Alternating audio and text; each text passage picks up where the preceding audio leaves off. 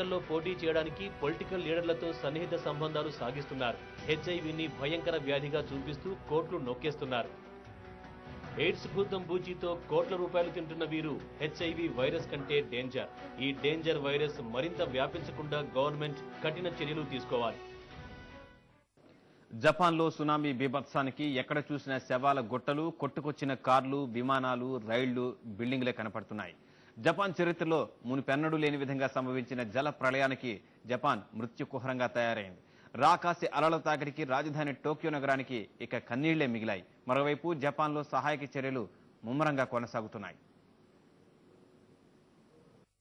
Tsunami దెబ్బతో జపాన్లో ఎక్కడ చూసినా మృతదేహాలే కనపడుతున్నాయి. రాకాసి అలల తాకిడికి కార్లు, బిల్డింగులే కాదు, చివరకు విమానాలు, ట్రైన్లు కొట్టుకుపోయాయి. ఇప్పటి వరకు మృతుల సంఖ్య 1700 దాటినట్లుగా సమాచారం. దాదాపు 23 అడుగులు ఎత్తైన అలల తాకిడికి పల్లెలు, పట్టణాలు తుడిచిపెట్టుకుపోయాయి. సెందాయ్ తీరంలో 300 మృతదేహాలను వెలికితీశారు. ఇదిలా ఉంటే మియాగి రాష్ట్రంలోని మినామి సాన్రి పట్టణంలో దాదాపు 10,000 మంది గల్లంతైనట్లు సమాచారం. ఇక కొన్ని ప్రాంతాల్లో రైళ్లు గల్లంతయ్యాయి. వారిలో ఎంతమంది ప్రయాణికులున్నారో ఇప్పటికీ తెలియదు. ఒంపునాటో, సెన్సకి, కెపెనుమా రూట్లలో 4 రైళ్లు గల్లంతు. సెన్సకి రూట్ లో ఓ రైలును గుర్తించిన అధికారులు. హెలికాప్టర్ ద్వారా 9 మందిని రక్షించిన సిబ్బంది. పేరుకున్న చెత్త కుప్పల్లో వందల కొద్దీ మృతదేహాలు. సునామీ దెబ్బకు 3,400 ఇళ్లు పూర్తిగా ధ్వంసం. అలల తాకిడికి 56 లక్షల ఇళ్లకు నిలిచిపోయిన విద్యుత్ సరఫరా. 6 లక్షల ఇళ్లకు నిలిచిపోయిన తాగునీటి సరఫరా. ఇళ్లకు చేరుకోలేక 1,20,000 మంది ఉద్యోగుల అవస్థలు. సునామీ సృష్టించిన నష్టం ఎంతన్నది అంచనాలకు అందడం లేదు. ఊహకందని నష్టాన్ని మిగిల్చింది జపాన్ సునామీ. దీంతో ఎక్కడికక్కడ రవాణా వ్యవస్థ స్తంభించిపోయింది. దాదాపు 20,000 మంది ప్రయాణికులు ఎయిర్పోర్టుల్లోనే నిరీక్షిస్తున్నారు. సహాయక చర్యల కోసం జపాన్ ప్రభుత్వం భారీ ఎత్తున సైన్యాన్ని రంగంలోకి దించింది. 20,000 మంది సైనికులు, 200 హెలికాప్టర్లు, విమానాలు, 25 బోట్లు రంగంలోకి దిగాయి. అమెరికా, దక్షిణ కొరియా, ఆస్ట్రేలియా, న్యూజిలాండ్, సింగపూర్ దేశాల సహాయక బృందాలు జపాన్ కు చేరుకున్నాయి. భారత్ తో సహా దాదాపు 50 దేశాలు సహాయం చేయడానికి ముందుకొచ్చాయి. ఓవైపు అతలాకుతలమైన జపాన్ లో సహాయక చర్యలు జరుగుతుంటే మరోవైపు జపాన్ ని మళ్లీ భూ ప్రకంపనలు వణికిస్తూనే ఉన్నాయి. నిన్న మరో 14 ప్రకంపనలు పుట్టాయి. వీటి తీవ్రత రెక్టర్ స్కేల్ పై 5 నుంచి 6.8 వరకు ఉన్నట్లు నమోదైంది. సమ్మర్లో సాహసాలపై స్పెషల్ ను మా కొలీగ్ బిందు అందిస్తారు. Stay tuned I news, it's on your site.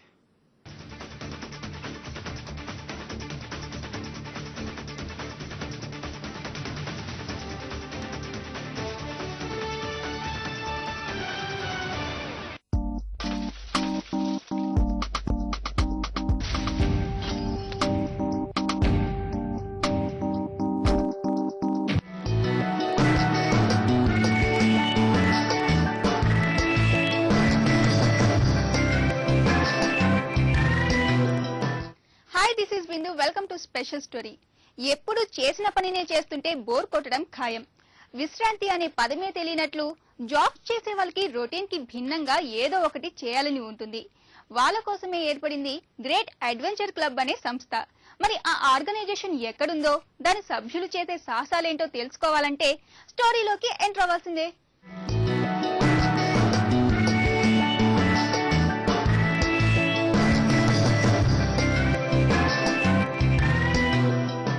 City life style అంటేనే ఉదయాన్నే లేవడం, ఉరుగుల పరుగుల మధ్య ఉద్యోగాలకు వెళ్లి రావడం.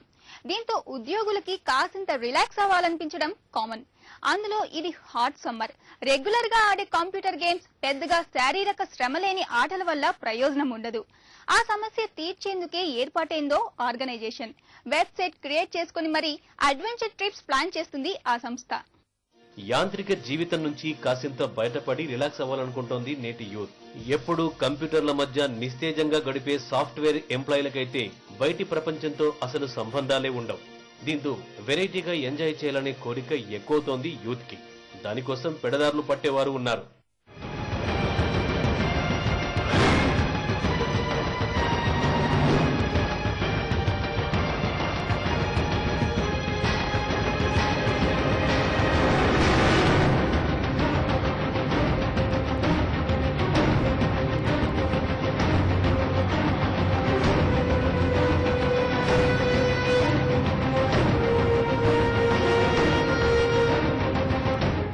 ఇలాంటి సిచ్యువేషన్ నుంచి బయటపడడానికి కొంతమంది ఓ వెబ్సైట్ క్రియేట్ చేశారు.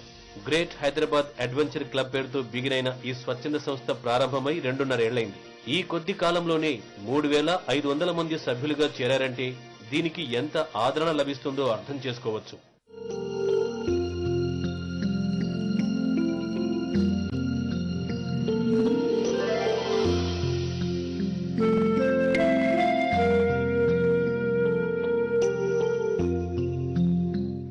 లాభాపేక్ష లేకుండా మొదలైన ఈ సంస్థకి ఓ ఆఫీస్ కూడా ఉండకపోవడం విశేషం.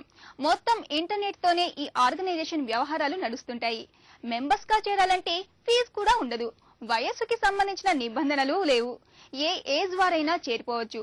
ప్రతి వీకెండ్ లో ట్రెక్కింగ్, స్కూబా డైవింగ్, పారాగ్లైడింగ్ వంటి అడ్వెంచర్ గేమ్స్ ఏర్పాటు చేస్తారు నిర్వాహకులు.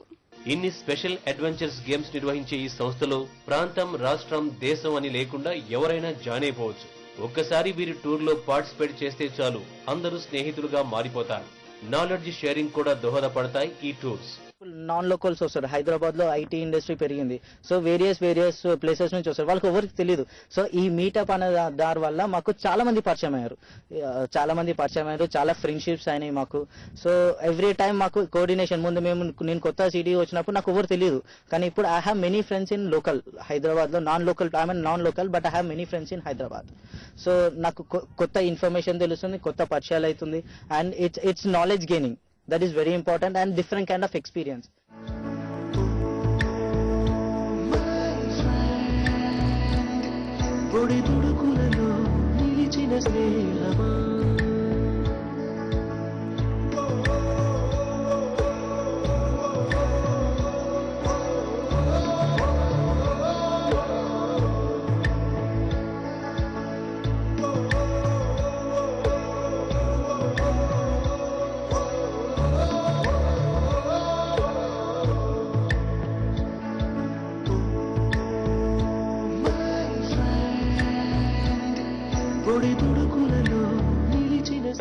ప్రకృతి అందాల్ని దగ్గరగా చూస్తూ ఎంజాయ్ చేయడానికి, నేచర్ లో మమేకమైపోవడానికి సంస్థ అన్ని ఏర్పాట్లు చేస్తోంది. సభ్యులను జట్లుగా విడగొట్టి ఎవరి అభిరుచుల మేరకు వారిని రకరకాల టూర్స్ కు పంపిస్తుంది. కొత్త సభ్యులకి టీంలో సీనియర్ మెంబర్స్ జాగ్రత్తలిస్తారు.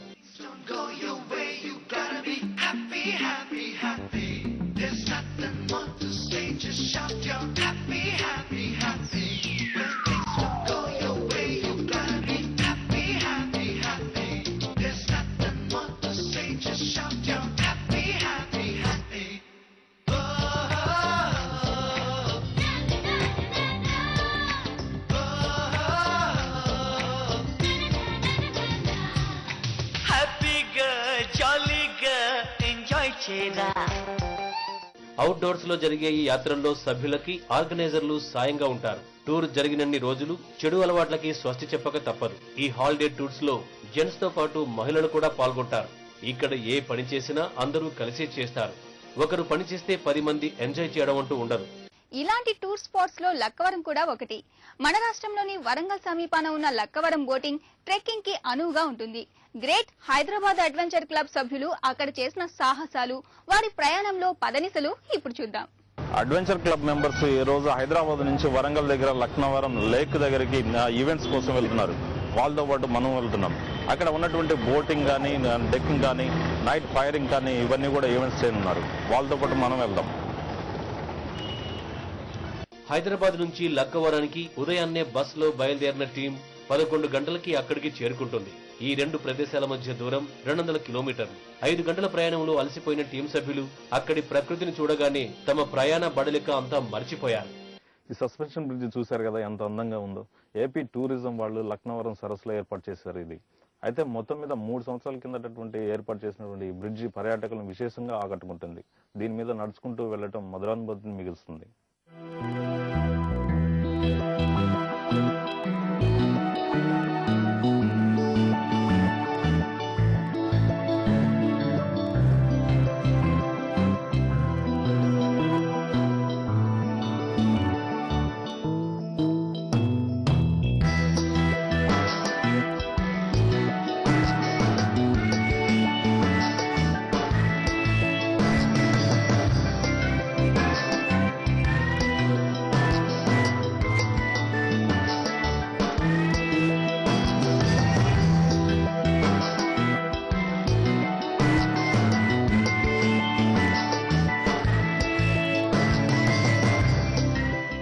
బస్సులో ఎక్కే వరకు ఎవరికీ మిగతా వారితో పరిచయాలు ఉండవు.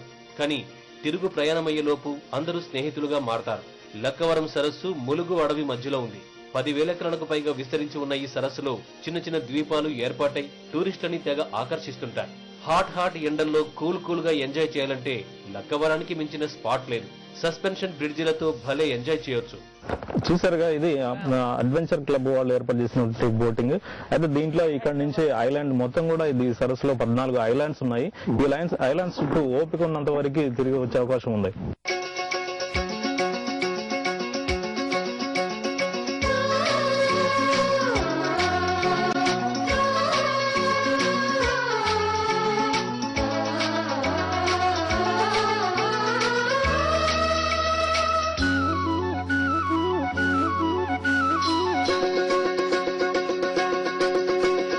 కొత్తగా ఉన్నది స్వర్గమిక్కడే అందది కోటి తారలే పూల ఏరులై కోటి తారలే పూల ఏరులై నేల కూరగానే. సరస్సులో బోటింగ్ కి లైఫ్ జాకెట్లు కూడా ఉండడంతో రెట్టించిన ఉత్సాహంతో ఎంజాయ్ చేశారు మనోళ్లు. చుట్టూ పచ్చని కొండలు, పక్షులు, గుంపులు, చల్లని గాలి, ఇలా విహరించడం ఎంతో హ్యాపీగా ఉందంటారు సభ్యులు. This is a different experience for me. Totally water lo undadam and rowing and absolutely fantastic. Amazing experience. First time women row cheyadam is amazing for me. That ఇంత పెద్ద బిగ్ లేక్ లో బోటింగ్ కయాకింగ్ చేయడం అనేది I'm feeling very exciting and అందరూ అలానే feel అయ్యారని చెప్పి అనుకున్నా. It's a great experience with the Great Hyderabad Adventure Club to do kayaking. This area is spread over a area of almost 1,000 acres and there are almost 13 islands scattered and it's good to visit these. Boating తర్వాత రాత్రి dinner గానీ ఇక్కడ ఉన్నటువంటి stay చేయడం గానీ ఇక్కడ సరస్సు పక్కన ఏర్పాటు చేశారు. ఈ డిన్నర్ ఏర్పాటులో ఉన్నటువంటి సభ్యులు, క్లబ్ మెంబర్స్ మొత్తం కూడా పాకశాస్త్రం తెలిసినటువంటి వాళ్ళు ఈ వంట కార్యక్రమంలో పాల్గొంటున్నారు. తమ వెంట తెచ్చుకున్న వంట సామాగ్రితో అందరూ కలిసి ఫుడ్ తయారు చేసుకున్నారు. టీం మెంబర్లంతా ఒకరిపై ఒకరు జోకులేసుకుంటూ వంట కార్యక్రమం ముగించారు. ఆ తర్వాత క్యాంప్ ఫైర్ ఏర్పాటు చేసుకున్నారు. ఆ మంటల వెలుగులో దగ్గరలోని కొండలపై ట్రెక్కింగ్ చేశారు. తిరిగి తెల్లవారుజామున కొండల మధ్య జాగింగ్, యోగా చేశారు. వాటి తర్వాత బ్రేక్ఫాస్ట్, బోటింగ్, స్విమ్మింగ్ తో ఒక్కసారిగా బాల్యంలోకి వెళ్లిపోయారంతా. రామప్ప దేవాలయం పోలంపేటలోని ఈ దేవాలయం అద్భుతమైనటువంటి ఆర్కిటెక్చర్ నిర్మించబడింది.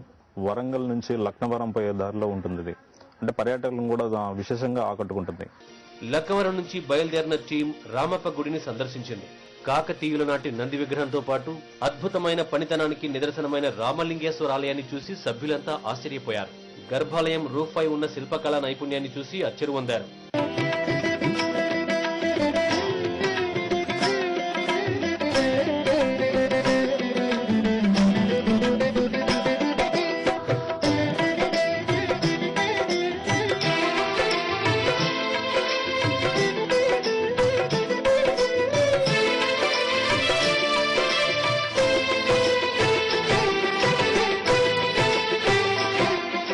ఇలాంటి టూర్స్ తో తమలో పేరుకున్న నిరాసక్తత తొలగిపోయి హుషారుగా తయారవుతారు యూత్. ఎటకెలకు తిరిగి హైదరాబాద్ చేరుకున్నాము. ఈ అడ్వెంచర్ టూర్ బాగుంది కదా, మనం వెళ్ళాలనుకుంటే ఏం లేదు, GHACకి లాగిన్ అయిపోవటమే. కొత్త ఫ్రెండ్స్, కొత్త ప్రదేశాలు చూసి రావచ్చు.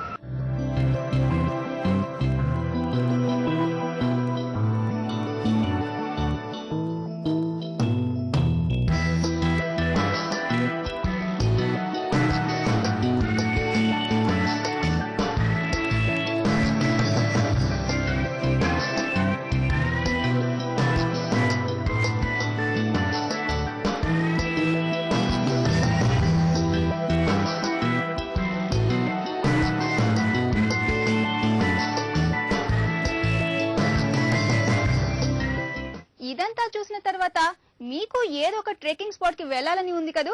మరి ఇంకెందుకు ఆలస్యం, వెంటనే గ్రేట్ హైదరాబాద్ అడ్వెంచర్ క్లబ్ లో జాయిన్ అయిపోండి. మరో స్పెషల్ స్టోరీతో మళ్ళీ కలుద్దాం. Keep watching I news.